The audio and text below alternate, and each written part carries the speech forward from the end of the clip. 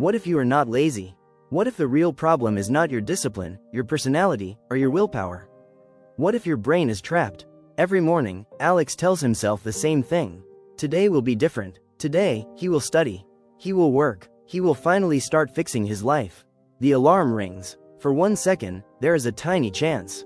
A chance to get up. A chance to begin. A chance to become the person he keeps imagining at night. But then his hand reaches for the phone. And the phone says the most dangerous sentence in the world. Just 5 minutes. 5 minutes sounds harmless. It sounds small. It sounds innocent. It sounds like a little break before the day begins. But 5 minutes becomes 20. 20 becomes an hour. And before Alex has even started his day, his brain has already chosen comfort over progress. This is where most people get it wrong. They look at Alex and say, he is lazy. But inside his brain, something else is happening. The phone gives instant reward. A video gives instant entertainment. A game gives instant progress. A notification gives instant attention. But studying, working, exercising, building a better life, those rewards arrive later, and the brain hates waiting. So it starts making excuses. Not now, too hard, too much, start tomorrow, you need motivation first, and the trap sounds reasonable. That is what makes it dangerous. Then guilt arrives. Alex looks at the time and thinks, I wasted the whole day. That thought hurts, and when the brain feels pain, it looks for comfort. So Alex scrolls again, not because it feels good anymore, but because it helps him escape the guilt for a few more minutes. Scroll, guilt, stress, escape, scroll again. This is not laziness. This is a loop, and the longer Alex stays inside it, the more he starts believing the wrong story about himself. I am lazy. I have no discipline. I always ruin everything. But one night, Alex looks in the mirror and asks a different question. Not, why am I so lazy? But, what is my brain trying to avoid? Sometimes, it is fear. Fear of failing. Fear of starting badly. Fear of finding out that change is harder than he hoped. Sometimes, it is boredom.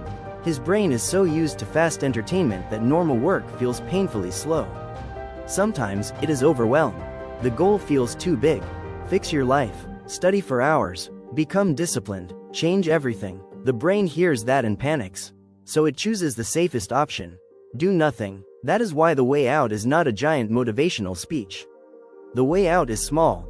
So small that your brain does not feel threatened. Do not say, I will study for 3 hours. Say, I will open the document.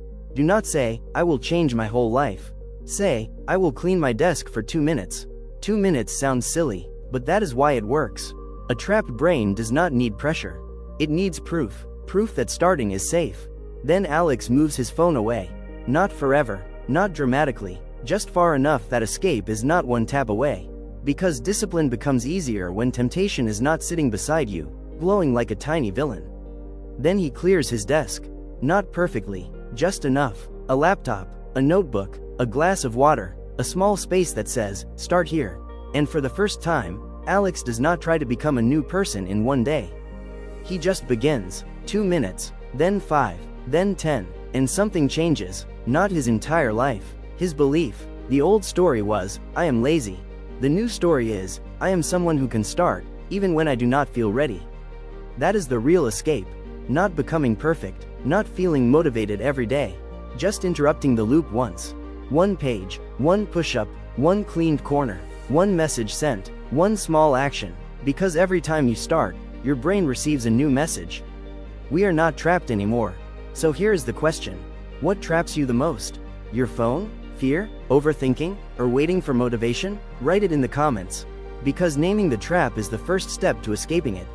And if this video helped you see the loop more clearly, hit like so more people can find their way out too. Subscribe to What If Studio for more simple stories about the strange little machine inside your head.